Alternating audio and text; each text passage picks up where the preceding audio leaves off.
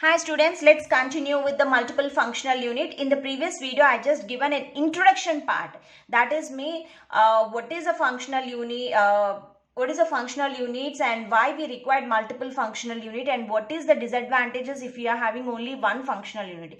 If you don't know the concept, please watch my previous video, then again come to this video. Now let's continue with this architecture of the multiple functional unit. If you clearly observed here, first let me explain you the terms here, whatever the terms that are present in the diagram. Later I'll explain the flow, and I also explain how these multiple functional unit, because of this multiple functional unit, how this pipeline performance is increasing with an example. Okay, so don't forget to watch till the end so that you can get the clarity on the concept with an examples, right? Now let's start. So here instruction from memory. Obviously we are getting the data from where? From the memory, right? Okay, the instruction from memory we are taken. So instruction fetch unit. You already know that the concept of the fetch unit was it is taking the data from the memory, okay, and trying to send the data to another unit. So instruction fetch unit, it's take the data from the memory, and next stage is a decode and issue unit. So based on the instruction that we are fetching, that it has to be decoded, okay, based on the available operands, and issues the unit, and the result that will be sent to the register files. And here some RS is there, reservation station, we call it as a reservation stations, and different functional units are there, and the load registered, memory, result bus, tag unit. So these are some important terms that are present here in the architecture of the multiple functional unit. First of all, so you know the instruction fetch unit, and decode and issue unit means whatever the data that is we are getting from the fetch unit, that will be decoded and trying to issue that. So, and then here the reservation stations are there. The reservation stations, what is the need of this reservation stations? So the reservation stations are used to resolve data or resources dependencies among instructions.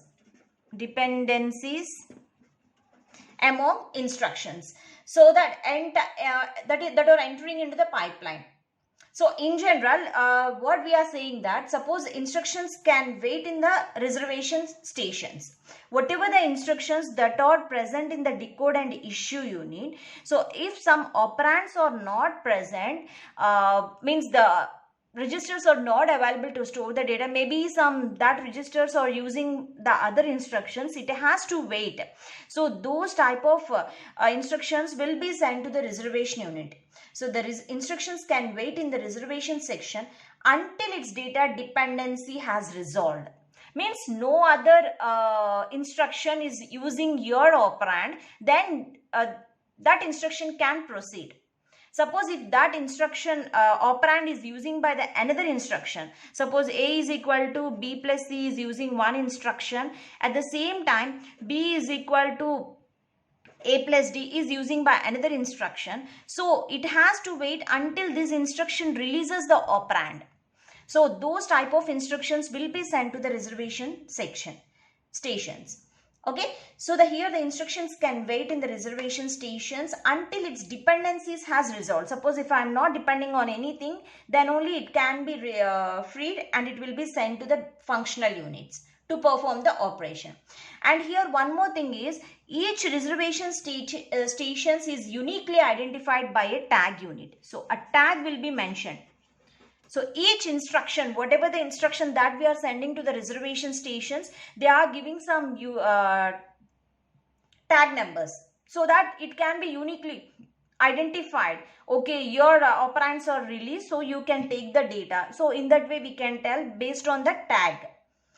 So each reservation stations is uniquely identified by a tag, and these tags will be monitored by the tag unit. The role of the tag unit is it keeps checking the tags from all currently used registers on or reservation stations. So this tag unit is always monitoring, so whether the dependency is resolved or not. Suppose if dependency is resolved, it sends the message over the resultant bus. Here the resultant bus is nothing but like a data bus. It's a complete system bus used to send the information and to receive the information. So So based on the availability, the information will be sent to the reservation stations based on their unique IDs with the help of this resultant bus. So this tag register, whatever we are talking about, this tagging technique allows the hardware to resolve the conflicts between the source and as well as the destination registers, so which are assigned for the multiple instructions. We all know that. So therefore that multiple functional unit operates in parallel once dependencies are resolved. Once these dependencies are resolved, so this will be operated in parallel and this will be worked and this will be, every instruction is operated in parallel if their dependency is resolved. Remember that, if their dependencies are resolved. So now let's have, you know about the memory and the load registers. Whenever the data is present, it can load here, and the register files which are used to store that register informations. Okay, now let's have a look on the working condition. Let me explain you the working conditions. I hope you understand the functional unities. Each function unit is performing a different operations like arithmetic, shift, logical operations like that. And the reservation stations are used to store the temporarily store the instructions which are dependent on another instruction. So that will be sent by the decode and issue unit. Now let me explain the process. First, instruction is fetched from the memory. Okay, I fetch some instruction from memory using instruction fetch unit. Right. Next, when instruction reaches the decode and issue stage, whenever I'm enter into this stage, it checks may be made to determine if operand for instructions are available without any dependencies. It is going to check. This decode and issue unit is checking. Okay, if operand means nothing but the memory locations. Okay, if the operands for instructions are available without any dependencies. Okay, if there is no dependency, then there is no problem. Suppose if operand is not available, let's take whatever this instruction is searching, suppose A plus B. If this A operand is not available, then what it has to do? The instruction must wait in the decode stage only, because A operand is not there. So until the A operand is reached, this decode instruction can't do anything. So it is still waiting there. So decode and issue stage, because this stage is busy. Even though subsequent instructions, suppose next is coming C plus D and E plus E into F, so many instructions are coming, but here the decode and issue unit is busy because it is holding the variable this instruction until A is appeared, released, then only it can take the another instruction C plus D.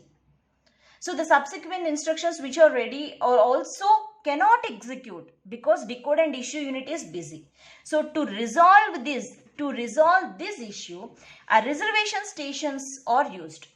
Just like reservation means what? We are just waiting. Whenever we are waiting means you will be allotted based on your reservation. Whenever so much of crowd is coming, if you take the railways or if you take the any cinema malls, anything, wherever you are standing on the queue, or if you are going at the time, whenever your reservation slot is there, then there is no need of waiting and there is no need of crowded people. In the same way, in the system also, to avoid this traffic, a decode and issue unit is using the reservation station. So those type of instructions which are operands are not available, those instructions are sent to the reservation stations. Okay. So the operands for the instructions is not available, that instructions will be, suppose this A plus B, A operand is not available, that instructions will be sent to the reservation station. So an instruction can resolve its dependency by monitoring, okay, by monitoring common data bus. So this is a common data bus. So this A plus B reservation station is monitoring on the resultant bus. Okay, when my operand is released, whenever this operand is resolved, okay, so it is available, it can execute into the functional unit.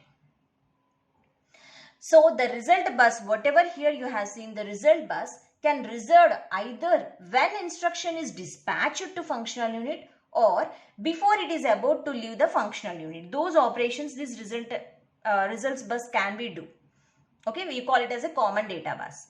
and that based on that, this tag unit is completely monitoring whether this operand is released or not, is the operand is dependency free or not. So whenever it is free, just intimated over the resultant bus, then the reservation station will execute that instruction with the help of the functional unit, and again it sends to the memory. Okay, load the registers and data will be stored in the memory.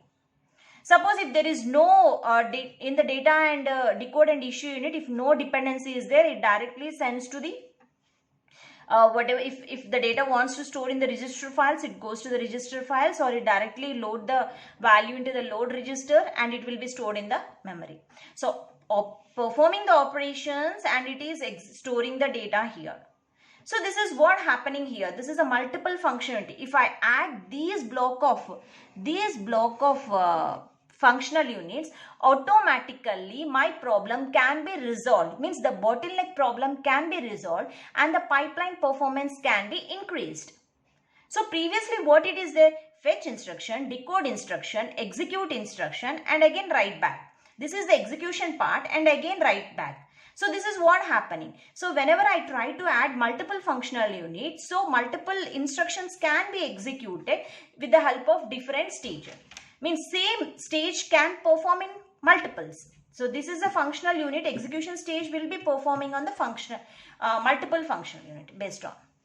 So this is the use of the multiple functional unit. I hope you understand, student. The only thing here is we are trying to improve the pipeline performance processes. So to improve the pipeline performance process, one of the technique we are using the adding the multiple functional units. Whenever we add the multiple functional units, automatically the bottleneck problem can be resolved. Bottleneck problem is nothing but it's the number of traffic. If the more number of instructions are waiting for the next stage to execute it, so automatically waiting stage will be more and all instructions has to wait for a long time. To resolve that problem, we are using the multiple functional units. Thank you.